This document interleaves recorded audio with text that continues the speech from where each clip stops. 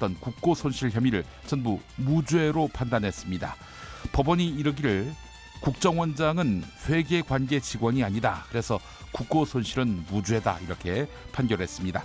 법을 보니까 국고 손실죄는 국가의 회계 업무를 담당하는 공무원이 5천만 원 이상의 국고를 횡령하는 경우인데요.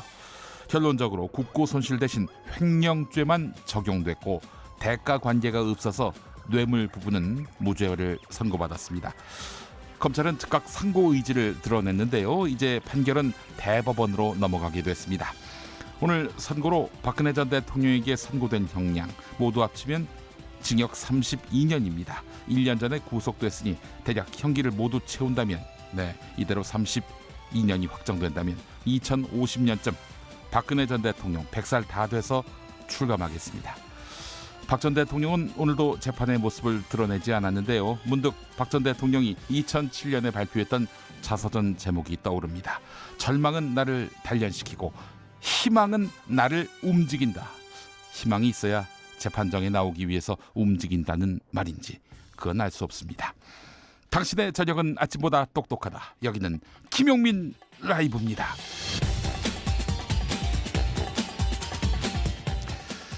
대한민국에서 가장 겸손한 스피커가 되고 싶습니다. 여러분은 지금 KBS 1라디오를 보고 듣고 계십니다. 영상으로도 함께 하실 수 있습니다.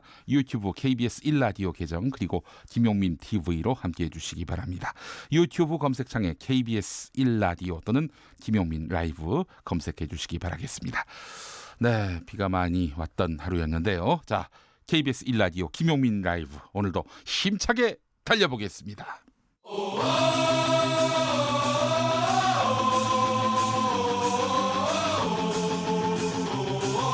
김용민 라이브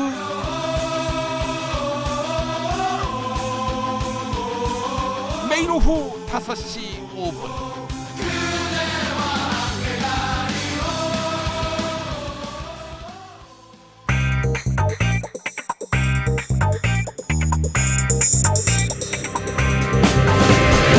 오늘 타임라인을 수놓은 말말말 김용민 라이브가 수집해서 들려드립니다. 소리로 듣는 그리고 세상을 읽는 뉴스 세상의 모든 뜨거운 목소리 그 말말말에 김용민 생각까지도 해서 리뷰하겠습니다. 지금부터 볼륨 업 귀 쫑긋 핫 소리 박영선 중소벤처기업부 장관이 취임 100일을 맞았군요. 얼마 전 최태원 SK 회장과 불화수소 문제와 관련해 견해차를 드러내기도 했는데요. 당시 박영선 장관 말은 불화수소 국산화는 가능하다 이런 이야기입니다. TBS 라디오 김어준의 뉴스공장에 나와서 좀 더 구체적인 이야기를 했는데요. 현재 일본이 수출 규제를 하고 있는 것은 99.999%의 순도를 가진 5-9 불화수소다. 그런데 8년 전에 충남 금산에 있는 CNB 산업에서 이보다 더 나은 순도, 즉 99.999999999%의 10-9 불화수소에 특허를 냈다고 설명했습니다. 그런데 왜 국산화가 불발됐느냐?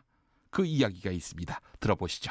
그 당시에 제가 발언했던 그 불화수소와 관련된 부분은 그것은 사실은 이렇습니다. 이제 지금 현재 일본이 수출 규제를 하고 있는 불화수소의 순도는 5-9 그러니까 99.999%의 불화수소를 수출 규제를 하고 있는데 실제로 우리나라 중소기업이 2011년도에 10-9 그러니까 99.9999999%의 특허를 받았습니다. 냈는데 그런데 네, 특허를 냈는데 이제 CNB 산업이라는 곳인데요.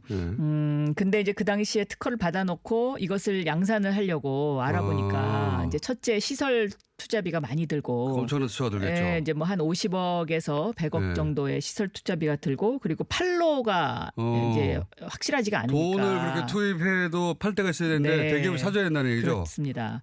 그래서 이제 그냥 접었습니다, 이분이. 제가 특허가 났는데도 네. 기술이 있는데 접었어요. 근데 대기업은 이미 일본과 오래 거래해서 그렇죠. 거래선을 바꾸게 되면 이제 대기업 입장에서는 좀 성가신 면이 있죠. 일본의 대화 거부는 일본이 스스로 한 행위를 직면할 용기도 확신도 없다는 점을 보여준다. 일본은 자신의 행동에 눈을 감고 있고 피해자들의 절규에도 귀를 닫고 있다.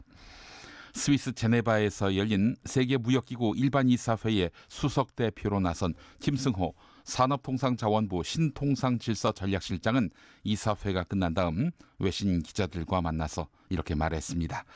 김승호 실장은 일본이 얼마나 비협조적인지 일본의 행위로 입증하고 싶었다 이렇게 밝혔는데요.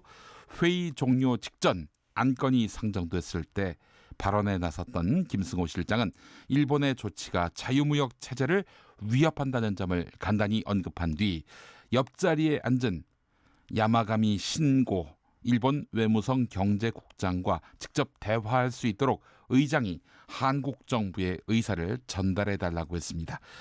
바로 옆자리에 앉아있는 일본 국장에게 전달해달라 이렇게 말을 한 건데요. 일본의 태도가 변하지 않는다. 대화를 안 하는 일본의 태도가 변하지 않고 있다는 점을 지적한 것입니다. 최근 후쿠시마 수산물 관련 한일 분쟁에서는 WTO의 1심 판정을 뒤엎고 극적인 승소를 끌어냈던 김승호 실장 아닙니까? 김승호 실장 말 들어보시죠. 1차 서두가 끝난 이후에 제 바로 옆에 앉았습니다. 그 신고 국장이. 신고 국장의 경력을 언급을 했습니다. 그의 위치를 언급을 하고 저도 한국에서 똑같은 위치에 있다는 점을 상기를 시켰습니다. 그리고 이 문제를 누가 옳으니 그르니 서로 반박하고 자기네들 국내 언론에 대해서만 떠들 것이 아니라 그렇게 자신 있는 조치라면은 이왕에 우리가 이 두 사람이 같은 시간에 같은 날에 제네바에 와 있으니 직접 만나서 이야기를 하자고 했습니다. 지금까지 7월 1일 일본의 조치가 취해진 이후로 우리나라에서는 이 조치의 근거가 무엇인지 여러 번 요청을 했었고 국장급 레벨의 협의를 여러 번 요청을 했습니다만 거절되거나 무시당해 왔습니다.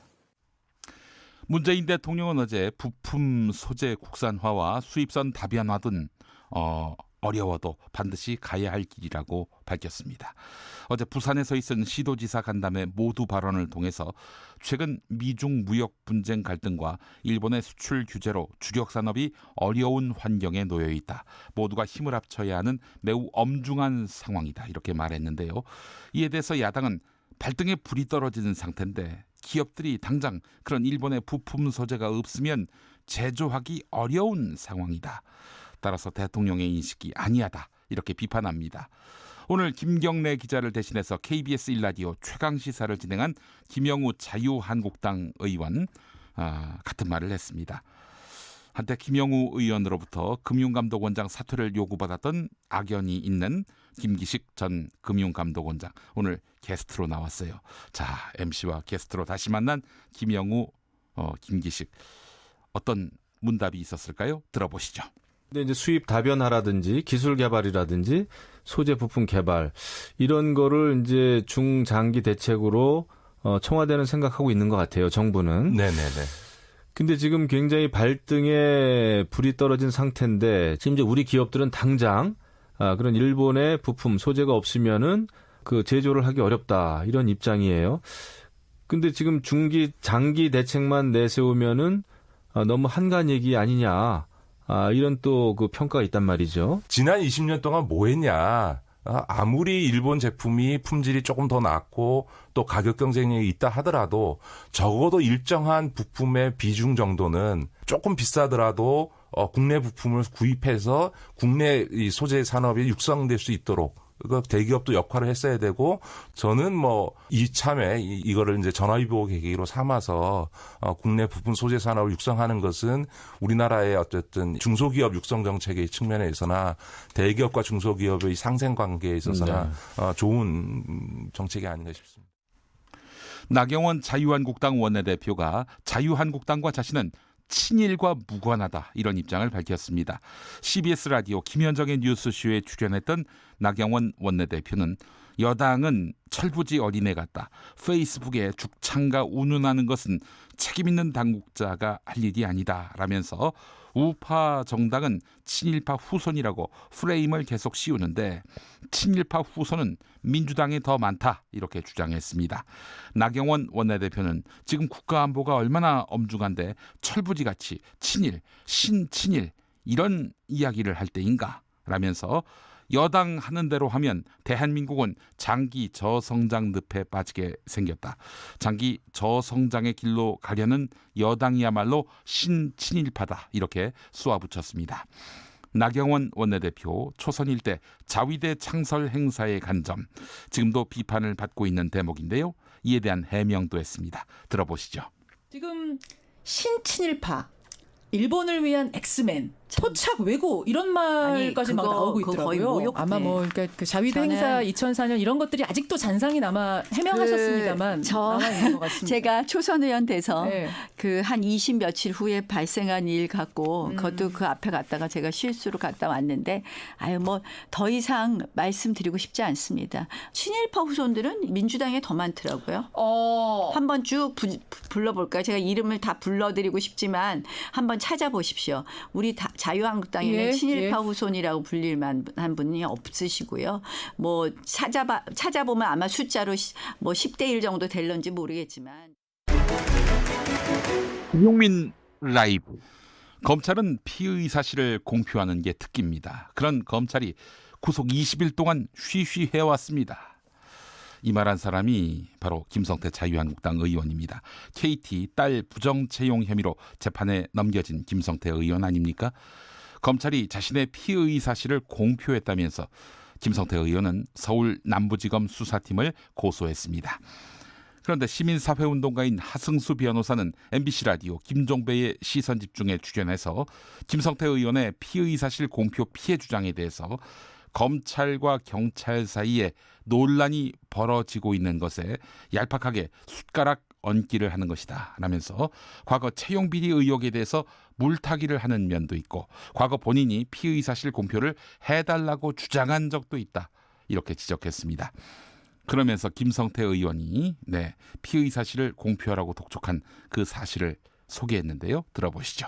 김성태 자유한국당 의원이 본인이 피의사실 공표로 피해를 당했다라고 하면서 네. 그저께는 그 서울 남부지검 앞에서 막 1인 시위를 하고 그렇죠. 뭐 그런 예, 모습들이 보도가 됐습니다. 예. 그래서 이제 무죄 추정의 원칙이라는 게 있기 때문에 네. 기소 단계가 되면은 그때는 뭐 공표하는 건 가능하지만 기소 전 단계, 그러니까 네. 어떤 내용으로 기소를 할 건지도 정해지지 않은 상태에서는 피의 사실을 공표하지 말라는 게 그 형법에 있는 피의 사실 공표죄입니다. 그렇죠. 김성태 의원이 어쨌든 그 자유한국당 원내대표를 맡았었습니다. 네. 2018년 4월 16일 날 자유한국당 원내 대책회의가 열렸는데요. 네. 그 당시가 이제 드루킹 사건 수사 초기였습니다. 예. 그 당시에 이제 경찰에서 그 드루킹 관련자들을 이제 구속을 했는데 20일 동안 그 수사 결과를 발표를 안 하고 있다라는 것에 대해서 김성태 원내대표가 문제 제기를 아주 강하게 하면서 네. 피의 사실을 공표해라라고 요구를 했었습니다. 국내외로 어목한 현실입니다. 우리 모두에게 히어로가 필요한 때인 것 같은데요.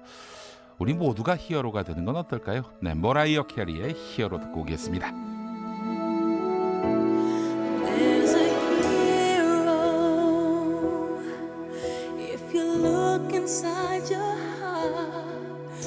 You don't have to be afraid of what you are.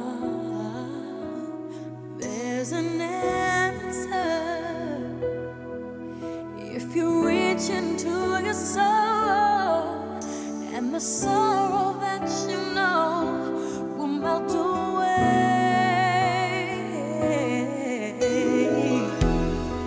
And then a hero comes along with the strength to carry on, and you cast your fears aside, and you know you can survive. So when you feel like hope is gone, look inside you and be strong, and you'll finally see the truth that a hero lies in you.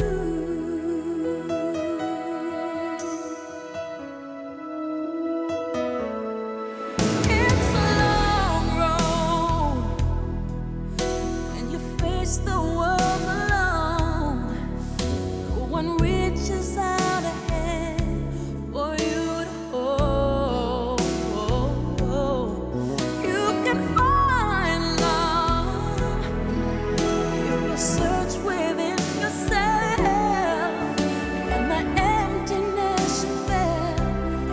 disappear. And then a hero comes along with the strength to carry on, and you cast your fears aside, and you know you can survive. So when you feel like hope is gone, look inside you and be strong, and you finally see the truth, that a hero lies in you.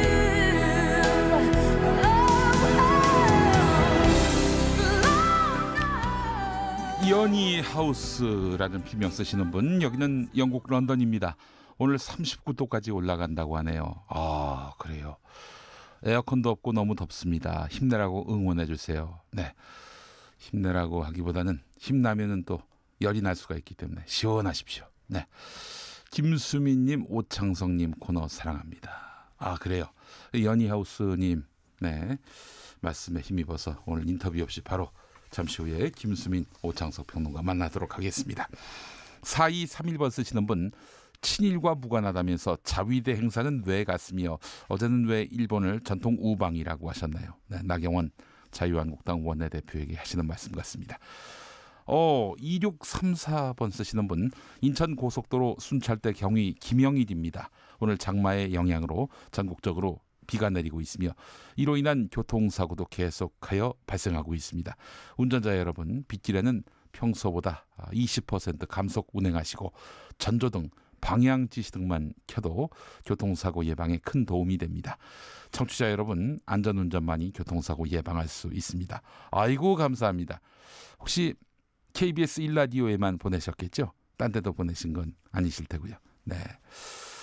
에이, 설마 그러시려고. 네. 자, 203번 쓰시는 분, 항상 제가 이제 오프닝 멘트 마치고 나서 겸손한 스피커가 되길 바라는 KBS 1라디오라고 말씀드렸는데 교만한 스피커가 되세요. 스피커는 원음 그대로 전하는 게 좋은 스피커입니다. 겸손히 이야기하면서 이 소리 저 소리 빼먹으면 좋은 스피커가 되겠습니까? 원음을 재생하는 김용민 라이브. 아, 이게 칭찬인가요? 아니면 비판인가요? 조롱인가요? 칭찬이겠죠. 칭찬으로 믿겠습니다. 예. 자, 6587번 쓰시는 분, 청주 물폭탄이네요. 어이구, 충청도에 많은 비가 내린다는 소식이 전해져 오고 있는데 말이죠. 네, 모두 피해 없으시길 바란다고 6584님 말씀하셨습니다. 재작년인가요? 청주에 큰 비가 와가지고 정말 많은 수재민이 났었는데, 네, 큰 피해 없이 대지만 적시고 갔으면 좋겠습니다. 자, 5시 24분 지나고 있는데요. 교통정보센터 다녀오겠습니다. 박경은 씨. 네, 빗길 교통안전에 더욱 유의하셔야겠습니다. 이 시각 서울 외곽순환고속도로 일산 판교 쪽이고요. 서운분기점 진출 1차로입니다. 승용차 추돌 사고 처리하고 있기 때문에 주의 운전하셔야겠고요. 반대 판교 일산 쪽으로 시흥요금소에서 송내 쪽으로 정체입니다. 경부고속도로 서울 쪽으로는 천안 부근과 오산 부근, 이후로 기흥 동탄에서 수원, 또 달랜에서 반포 쪽으로 밀리고 있고요. 반대 부산 쪽으로는 한남에서 서초 부근과 신갈에서 수원 쪽으로 정체입니다. 서해안고속도로 서울 방향인데요. 발안에서 화성휴게소 부근, 또 매송에서 용담터널, 서서울 요금소에서 조남 사이와 이후로는 일찍부터 금천 쪽으로 정체 이어지고 있고요. 영동고속도로 인천 쪽입니다. 동수원에서 광교터널 부근, 이후로는 부곡 부근과 월곡 부근에서 속도 늦춥니다. 중부 내륙고속도로는 창원 방향인데요. 조곡터널 작업은 마무리가 됐지만 아직 여파 때문에 괴산나들목 부근으로 4km 구간 제속도 못 내고 있습니다. KBS 교통정보센터였습니다. 김용민 라이브. 네, 여러분 안녕하십니까? 용용 엄기용입니다. 석석 불러보겠습니다. 석석. 네, 석석 오창석입니다. 저는 오늘 청와대 본관에 나와 있는데요. 드디어 오늘 윤석열 호가 닻을 올렸습니다. 그럼 먼저 임명장을 받는 모습부터 보시겠습니다. 임명장. 윤석열 신임 검찰총장에게 임명장을 수여합니다. 임명장 여기 악수하시고요. 네, 이후 윤석열 신임 검찰총장의 취임사가 이어졌는데요. 그 부분 잠시 들어보겠습니다. 안녕하십니까, 윤석열입니다. 네, 공정한 경쟁, 이것이 바로 자유와 평등을 조화시키는 정의입니다. 네. 취임사가 이어졌습니다. 사람에게 충성하지 않는다. 이 어록이 오늘 또 하나의 어록이 나왔습니다. 들어보시죠. 모든 권력은 국민으로부터 나옵니다. 어떤 권력의 눈치도 보지 않겠습니다. 네. 김용민 라이브에서 MC 눈치도 안 보겠습니다. 막중한 책임감으로 오직 국민만을 생각하겠습니다. 네. 아, 이거 내가 포인트입니다. 네. 예. 자, 미세 뉴스 보세 오늘의 뉴스는 검찰개혁 닻을 올려라.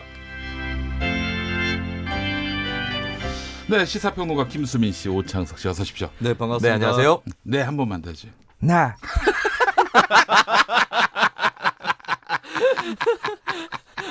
예. 요거 네. 이거 예. 하면서 예. 중간중간에 좀 풀어지는 목소리로 튜닝도 할 수 있고 그래요? 대단히 좋습니다. 네로 알겠습니다. 예. 아직까지 윤석열 검찰총장 없어요? 없죠. 뭐 안윤상 씨라든지 하시는 분들이 늦었어. 드디어 1호. 김수민한테 늦었어. 네, 예. 1호 찍었습니다. 아니 그 반기문 사무총장의 네로 한번 해주세요. 네. 요 음정에서 예. 음의 높이에서 윤석열 검찰총장은 손학규 대표와 네. 반기문 총장 사이 정도예요. 그래요? 네. 네. 이 사이에 이제 네. 이렇게 약간 예. 포인트가 윤석열 검찰총장이 좀 체구도 크시고 굉장히 터프한 이미지지 않습니까? 예, 그렇습니다. 고기하고 조금은 다른 그런 음색을 또 갖고 계시죠. 네, 알겠습니다. 그래서 더 친근하게 느껴지는 것도 같습니다. 네, 이거 정말 제대로 포인트를 잡았어요. 네, 맞아요. 예. 확실한 건 두 분 다 매우 분개하실 것 같아요. 그 남들은 다 그냥 지나칠 수도 있는데 그 포인트를 잡았어요. 이건 정말 제가 인정합니다. 예, 그래요. 자, 김수민 평론가하고 오창석 평론가 두 분과 함께 할 텐데 오늘 비가 많이 오고 있습니다. 그래서 특별히 그 침수 주의하셔야 될 텐데 우리 김수민 평론가 네. 물 숫자입니까? 아닙니다. 뭐예요? 보통 사람 이름에 물 숫자를 많이 쓰지는 않죠. 예, 네. 그냥 하는 소리였습니다. 예.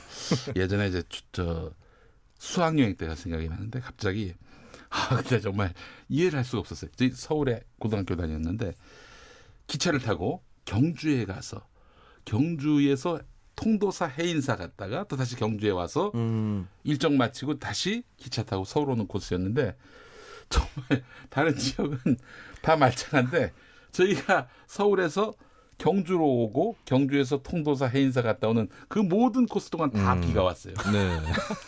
그래서 결국에는 비가 또 같이 기차와 함께 따라와서 서울역에서 비가 멈췄습니다.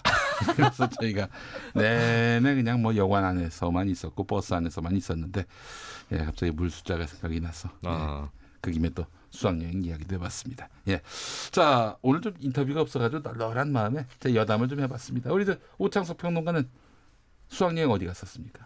저는 그때 IMF 터지고 나서라서 수학여행이 다 취소됐습니다. 그래요? 네. 그래서 부산에 있는 백양산이라고 있습니다. 네네네. 학교 바로 뒤에 있는 산으로 등산했어요?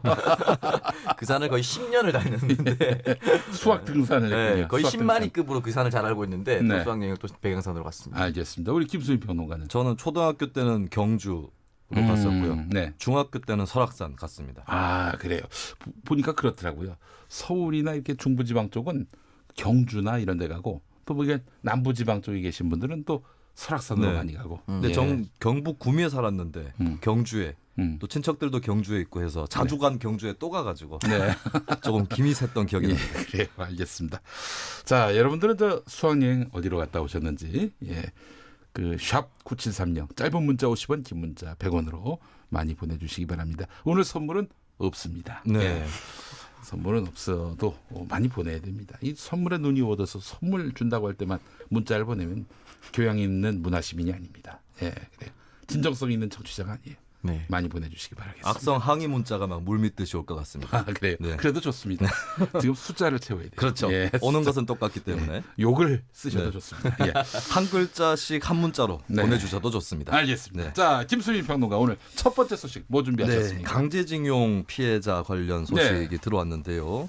법원이 미쓰비시 중공업 국내 재산 명시 신청을 각하했습니다. 이게 무슨 뜻이냐면 이 징용 피해자들이 이제 미쓰비시 쪽으로부터 배상을 받는 그런 판결이 나지 않았습니까? 그렇습니다. 예. 대법원 판결이 그렇다면 나왔어요. 미쓰비시 중공업 명의의 재산에 대해서 예, 그런 조회하는 절차가 필요한데 그 전에 이제 국내 자산에 대해서 미쓰비시 중공업이 좀 재산 명시를 해야 된다라는 신청을 미쓰비시 측에다가 피해자들이 했던 것인데 이것이 각하되면서 이제 따로 조회를 해야 되는 그런 절차를 밟아야 되는 거고요. 네네. 재산 명시 신청이라는 게 있습니다. 그러니까 재산이 있는데 빚을 갚지 않는 이런 김용민 씨 같은 행동을 하는 이 채무자의 재산을 공개해달라고 법원에다가 채권자가 요청을 하는 제도인데요. 네네. 근데 이제 피고가 판결에 따른 돈을 지급하지 않고 네. 또 이제 채무자의 재산 범위를 모를 때 이제 원고가 법원에다가 피고 재산을 명시해달라 신청을 하는 것이죠. 이렇게 이제 신청을 했는데 이 송달불능이라는 사유, 그러니까 서류가 전달되기 어렵다. 명시 신청 서류가. 네. 그래서 이런 이유에서 일단 법원이 각하를 했기 때문에 조만간에 강제징용 피해자분들은 공공기관이나 금융기관, 단체 등에다가 미쓰비시 중공업 명의의 재산에 대해서 좀 조회를 해달라라고 하는 이런 활동에 나설 것으로 전망이 됩니다. 아, 그래요. 제목부터 너무 어려워요. 법원 미쓰비시 중공업 국내 재산 명시 신청 각하. 이게 도대체 누구한테 이로운 건지, 네. 누구한테 해로운 건지 이게 도저히 일단은 강제징용 피해자분들한테 시간이 조금 더 필요하게 되겠죠. 네, 조금 더 이제 강제력 있는 조치를 시행하기 어려워지면서 예. 별도로 이제 공공기관, 금융기관에다가 재산 조회를 해야 되는. 그러면 강제징용 피해자들이 좀 번거로워졌다 이런 내용이군요. 그렇습니다. 조금 더 빨리 갈 수 있는 절차가 예. 불가능해지면서 돌아가야 되는 그런 상황이 된 것이죠. 아, 안타깝네요. 네. 아쉽고요. 예. 그럼 금융기관에다가 재산 조회 신청을 내면은 그럼 네. 금융기관이 알려줍니까?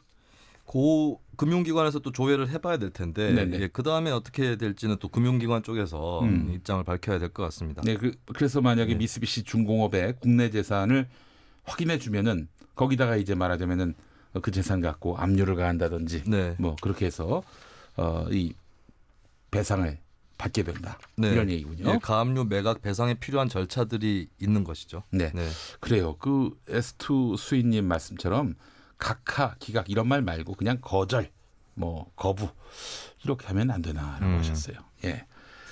아, 이거 마치 김수민 씨가 뭔 얘기를 했는데 이게 칭찬인지 이게 네. 비난인지 이게 이해가 안 돼가지고 너무 이분법에 갇혀 네. 계시면 이분법에. 이것이 항상 칭찬인가 욕인가 예. 이것을 가리는데 너무 신경이 집중될 수 있습니다. 네, 이분법 그냥 그러려니 그러려니 그냥 있는 그대로 그렇지 받아들이는. 뭐 살다 보면은 뭐 네. 칭찬도 받고 비난도 받으니까. 예. 그렇죠. 그럼 모르면 모르는 대로 넘어가는. 꼭 알겠습니다. 이것이 칭찬인가 욕인가 가리지 않고도 살 수 있습니다. 아유, 생활의 지혜를 주셨어요.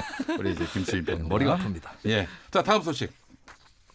네, 일단 오늘 북한 미사일 소식 전해드려야 되겠네요. 군 당국이 밝힌 바에 따르면 오늘 북한이 강원도 원산 호도반도 일대에서 네. 단거리 미사일 2발을 발사를 했는데 한 발은 690km 정도를 비행해서 날아갔고 이제 새로운 형태로 보인다라고 밝혔습니다. 일단은 690여 킬로미터면은 단거리네요. 네. 단거리. 그리고 이제 첫 번째 그 전에 발사한 것은 430km. 더 단거리. 네, 그렇습니다. 그래서 일단 군 당국에서 미국도 마찬가지인데요. 미사일 재원이라든지 비행 특성 등을 정밀 분석하고 있습니다. 일단 단거리이기 때문에 이걸 갖고 뭐 유엔 제재를 가한다든지 그럴 네. 일은 없겠네요. 네. 예. 또 상황이 악화된다든지 이런 일도 없을 것 같고요. 예. 알겠습니다. 자, 우리 외교부가 일본, 미국과 함께 북한 미사일에 대한 정보를 공유하고 있다. 이렇게 밝힌 점도 상당히 주목되죠. 네, 한미일 관계 당국 간 정보 공유 및 분석을 하고 있다라고 밝혔는데요. 한국 북핵 협상 수석 대표인 이도훈 외교부 한반도 평화교섭본부장이 스티븐 비건 미국 국무부 특별 대표와 그리고 가나스기 겐지 일본 외무성 아시아 대양주 국장과 각각 전화 통화를 하고 관련 상황 및 평가를 공유했다라고 발표를 했습니다. 네. 정부는 현재 상황을 면밀히 주시하면서 비핵화 성과를 조속히 도출하기 위해서 외교적 노력을 가할 것이다라고 했는데요.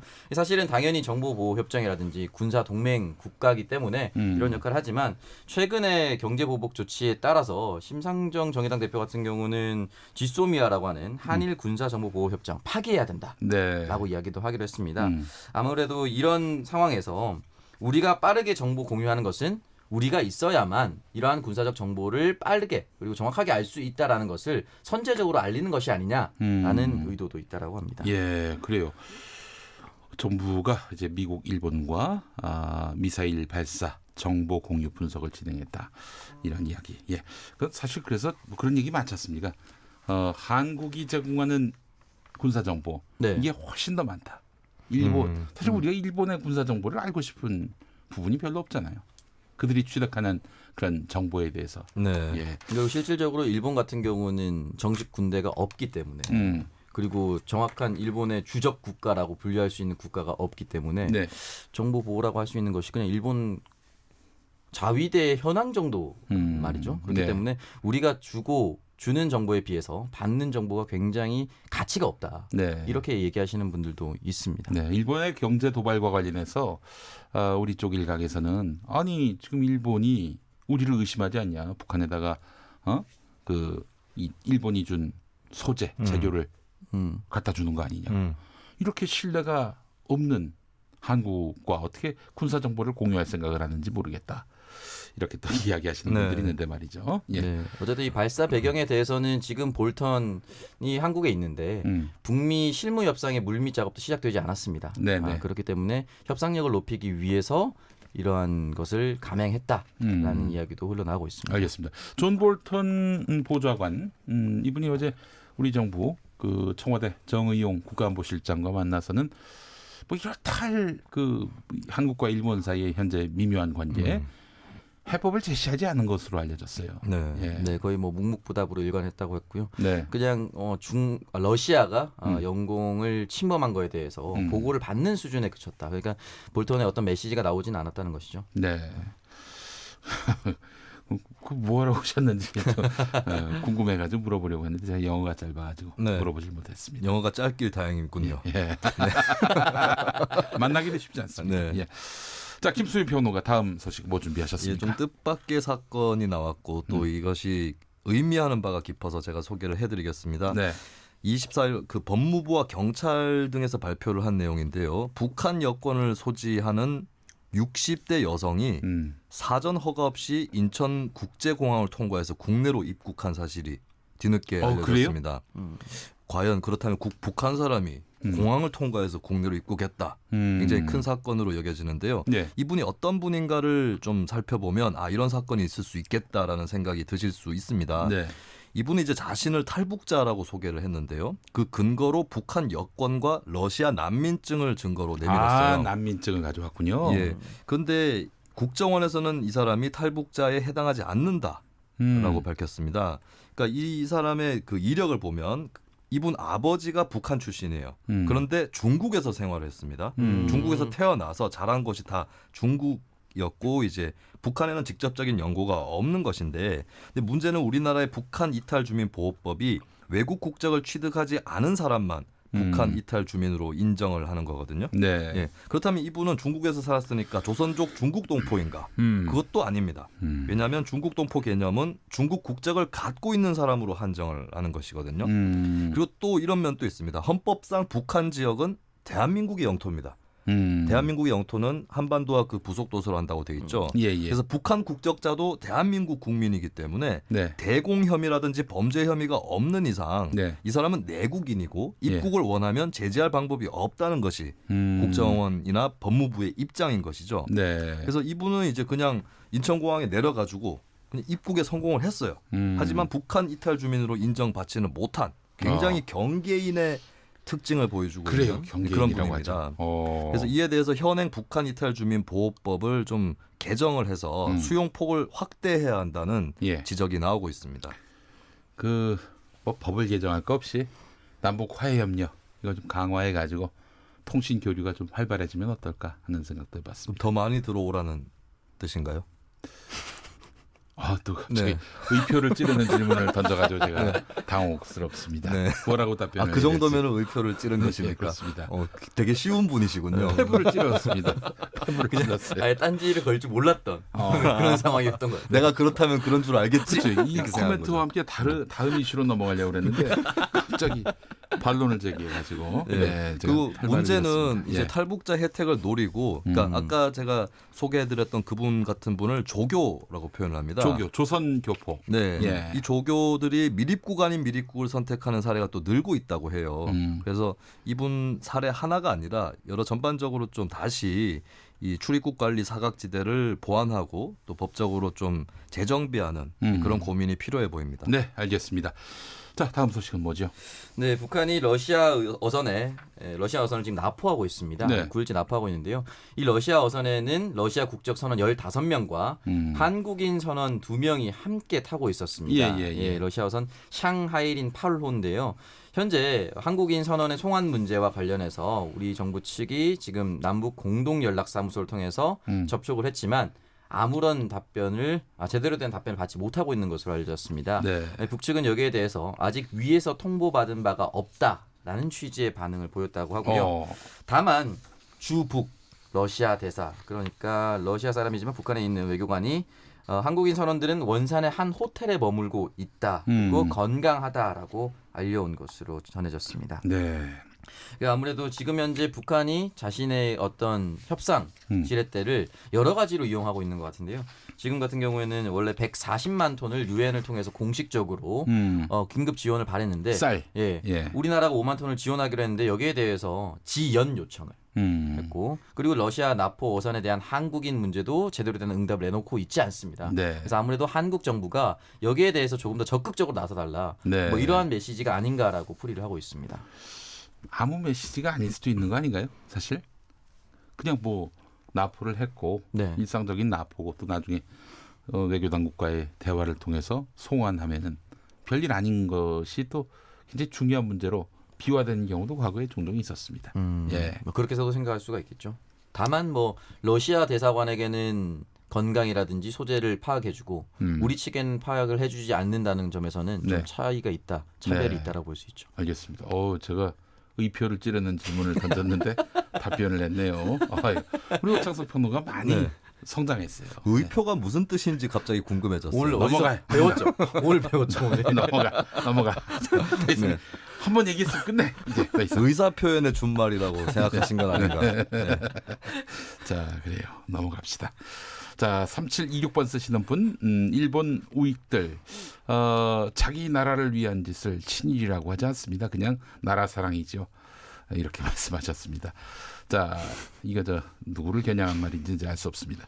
1027번 쓰시는 분, 강릉과 용인자연농원으로 수학여행 갔다고 하셨고요. 용인자연농원이 지금 이제 이름이 바뀌었죠. 그렇죠. 네. 예. 자, 그 삼성 소유 아니겠습니까? 자, 2885번 쓰시는 분 정동진이죠. 정동진. 정동진으로 수학여행을 갔군요. 저는 정동진의 악몽이 있습니다. 왜요?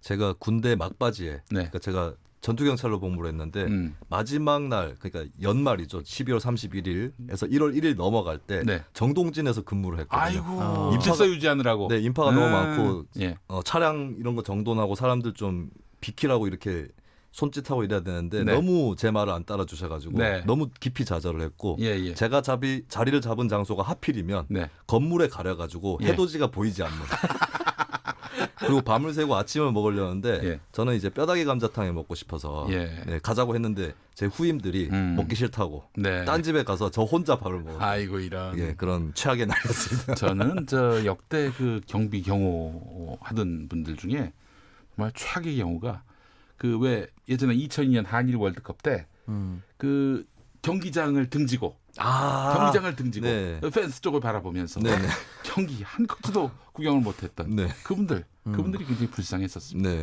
아마 움찔움찔 중간에 하셨을 것 같아요. 글쎄 말이에요. 관중 함성 소리에 따라서 와 소리는 들리는데 말이죠. 자, 혹시 그때 그 사이에 서 계셨던 분 있으면 샵 9736 짧은 문자 50원, 긴 문자 100원. 제가 선물 드리겠습니다. 그분께 선물 드릴게요. 그리고 2004년 12월 31일 정동진을 방문하셨던 분들도 문자 보내주시기 바랍니다. 그건 김수민 씨가 선물 드립니다. 자, 그리고 5664번 쓰시는 분, 저는 수학여행 고등학교 때 금강산. 부럽습니다. 그래요. 금강산 갔던 학생들도 있었어요. 세대 차이가 드러나네요. 그렇습니다. 근데 이제 지금 벌써 거의 10년이 넘었죠? 그 2008년부터 박왕자 씨 사건. 그 이후부터는 금강산 관광이 중단됐으니까요.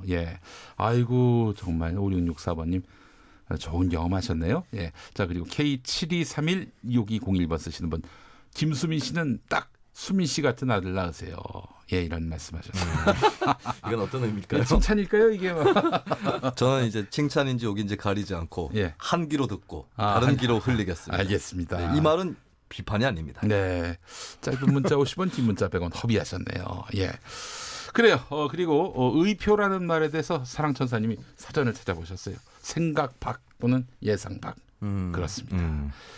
자, 그래요. AA 리님은 북한 미사일은 트럼프 미국 대통령에게 날리는 카톡 메시지라던데 이런 말씀도 해주셨습니다. 감사합니다. 자, 다음 소식 전해주시죠. 네, 최근에 야권의 정치인들이 SNS를 통해서 문재인 정부의 외교 노선을 비판하고 있죠. 홍준표 전 대표라든지 민경욱 자유한국당 의원이 대표적이었는데 유승민 바른미래당 전 대표도 여기에 가담을 했습니다. 자신의 페이스북을 통해서 대한민국의 국군 통수권자는 사흘째 아무 말이 없다 이렇게 말을 했는데요. 예. 이것은 이제 러시아 정찰기하고 이제 중국 전투기 이들이 이제 뭐 방공 식별구역 내지는 영공을 침범한 네, 이 사건에 대한 비판이라고 볼 수 있는데 문재인 대통령이 여러 자리에서도 이 사건에 대해서 한마디 말이 없었다라고 비판을 했고요. 예, 예. 이 의도는 이제 민경욱 의원 같은 경우는 거꾸로 친일 프레임을 역공을 해보겠다 이런 네. 의도가 느껴지는데 네. 유승민 의원 같은 경우는 이제 일본한테는 강경하게 하면서 중국이나 러시아한테는 왜 그렇게 못하느냐 이 점을 노리고 있는 것으로 보입니다. 네, 그래요. 알겠습니다. 자, 바른미래당 하태경 의원 합동참모본부를 칭찬하는 글을 본인의 SNS에 올렸어요. 네, 유승민 의원이랑 같은 당인데 조금 다른 반응이죠. 네. 러시아 군용기 영공 침범 당시에 박한기 합동참모본부 의장이 경고 사격 등 대응을 직접 지휘했음을 알리면서 이러한 단호한 대응을 아주 칭찬을 했습니다. 네.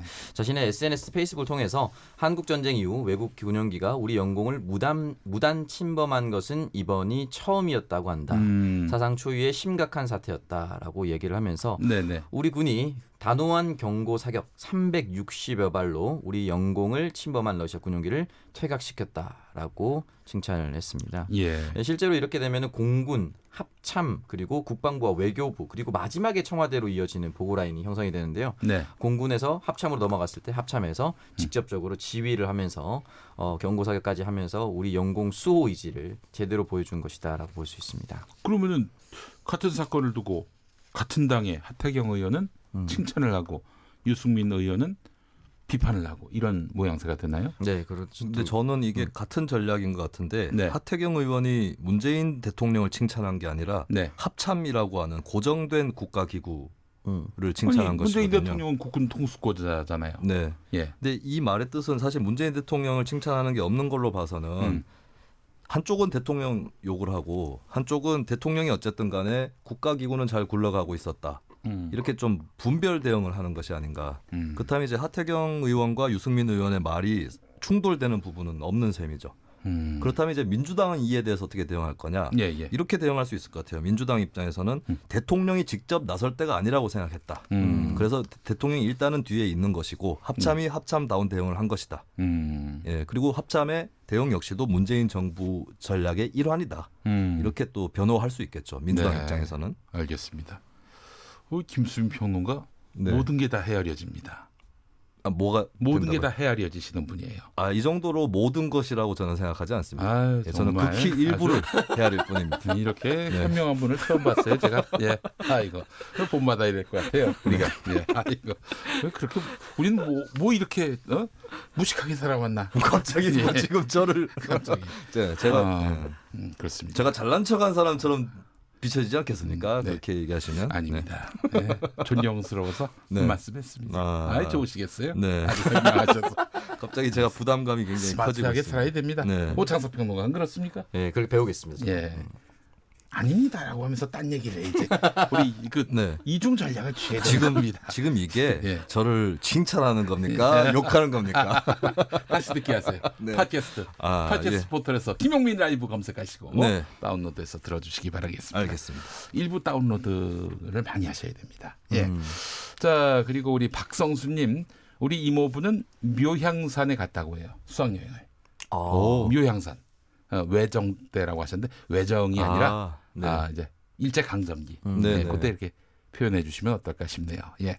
자, 6327번 쓰시는 분 경기도 광주 사는 김용민 라이브 진정한 애청자입니다. 초등학교 시절 6년 동안 4년은 정몽주 선생 미호소 소풍 갔었는데 뭐 그 장소라기보다는 그때가 그립습니다라고 하셨습니다. 요양산에 보현사라는 절이 있습니다. 네. 그 해인사 갔다 오셨다고 했잖아요.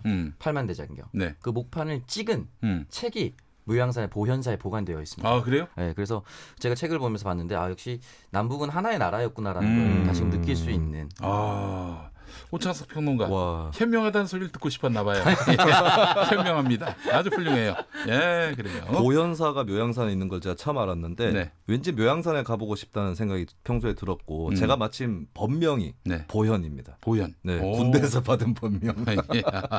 초코파이와 맞바꾼 그런 거 아닙니까? 랜덤으로 받았는데 보현이라는 법명을 그래요. 네, 초코파이와 맞바꿔서 예. 저는 월정입니다. 월정. 그리고 이제 절에 가면 그 과자를 적게 준다고 하시는 분들이 있는데 꼭 그렇지는 않습니다. 맞습니다. 예, 제가 저 때도 교회를 갔던 전우가 더 적은 과자를 받고 분개해가지고 자신은 원래 무신론자인데 과자를 더 많이 받으려고 교회에 갔는데 그런 자신의 신념까지 버려가면서 택했던 길에 정당한 대가가 따라주지 않았다고 분개한 적이 있습니다. 예. 박성수님 또 문자 보내셨어요. 일부러 외정이라고 했어요.라고 하셨어요. 일제강점기. 저는 근데 그게 잘못된 표현이라고 느껴지지 않는 게 외정이라는 표현에서 그분이 살아온 시대라든지 그런 것들이 오히려 직접적으로 피부에 와닿게 느껴진 것 같아요. 네. 그래서 그 단어 자체는 뭐 나쁜 맥락이 섞여 있을지라도 그 단어를 쓰게 된 경위라든가 그 이유는 뭐 납득할 수 있을 것 같습니다. 우리 국민들의 불편한 마음이 또 담겨 있어요. 외정이라는 그렇기도 말이요. 하죠. 예. 네. 자, 다음 소식 전해주시죠. 네, 정부가 2019년 세법 개정안을 확정했습니다. 오늘 홍남기 경제부총리가 주재해서 세제발전심의위원회를 열고 확정을 했고요. 이것은 다음 달 14일까지 입법 예고를 일단 하고 나서 국무회의를 거쳐 심의 의결한 다음에 9월 3일 정기국회에 제출될 예정인데요. 주로 이제 기업 투자를 유도하고 추락하는 경기를 떠받치겠다라는 취지를 갖고 있습니다. 근데 이제 그 기업에 주는 세제 혜택이 한시적이다. 이런 지적들이 있어서 기업 활력이 제고될 것인가 이 부분은 국회에서도 논쟁이 될 것 같고요. 몇 가지 내용이 있는데 서민층과 중산층의 세부담을 422억 원 정도 줄이겠다. 그리고 중소기업 세부담도 641억 원 낮추기로 했다라는 것입니다. 그리고 거꾸로 고소득자와 부동산 자산가들에 대해서는 증세를 추진한다. 예를 들면은 근로소득 공제에 2천만 원의 한도를 둔다. 뭐 이런 내용이 또 포함이 돼 있고요. 그리고 이제 겸용주택, 상가 주택을 겸용하고 있는 그 주택을 보유하는 집주인의 세부담도 늘어나는 그런 내용들이 포함되어 있습니다. 그리고 최근에 일본 수출 규제에 대응하기 위해서 세액 공제 대상 안에다가 시스템 반도체 등의 신성장 동력, 원천 기술, 소재 부품 이런 것들을 다 포함하기로 했고요. 그리고 맥주 막걸리 주세 부분 또 관심을 모았었는데 이제 그전에는 가격에 어떤 세금을 매기는 종가세 과세 체계였는데요. 그래서 지금까지 뭐 맥주는 1kg에 72%, 탁주는 5% 이렇게 주세율을 매겨왔던 것을 앞으로는 이제 종량세로 양에 맞춰서 과세를 하는 그런 체제. 예를 들면 이제 맥주 1kg에 83만 300원, 탁주 1kg에 4만 1,700원 이런 식으로 세금을 붙인다고 합니다. 네, 알겠습니다. 자, 9707번 쓰시는 분, 전 1982년 당시 서울운동장이었죠. 삼성과 MBC 청룡 사이의 프로야구 개막전 당시에 전경으로 경비 나가서 등지고 근무한 게 생각이 납니다. 그래요. 그다음에 명승부였어요. 이종도 선수의 말로 홈런으로 경기가 이제 종료가 됐던. 자, 김지일님, 김수민 씨한테 홀랜드가 어느 나라인지 물어보세요. 홀랜드. 네. 봐봐 몰라. 나도 몰랐거든. 화랑국 아닙니까? 화랑국? 그렇습니다. 네덜란드. 어떻게 알았어요, 그걸? 예전에 축구 게임 하면은 맞아요. 일본판 축구 게임 같은 경우는 홀랜드라고 표기가 됐습니다. 신이디네. 알고 보니까 현명한 건지. 자, 민혜한수. 네, 윤석열 검찰총장이 요즘 정세에 대해서 하실 말씀이 있다고 합니다. 법대로만 일하는 사람이 오히려 편한 요즘입니다. 네. 왜 손학규 대표 같아요? 손학규는 이겁니다. 자,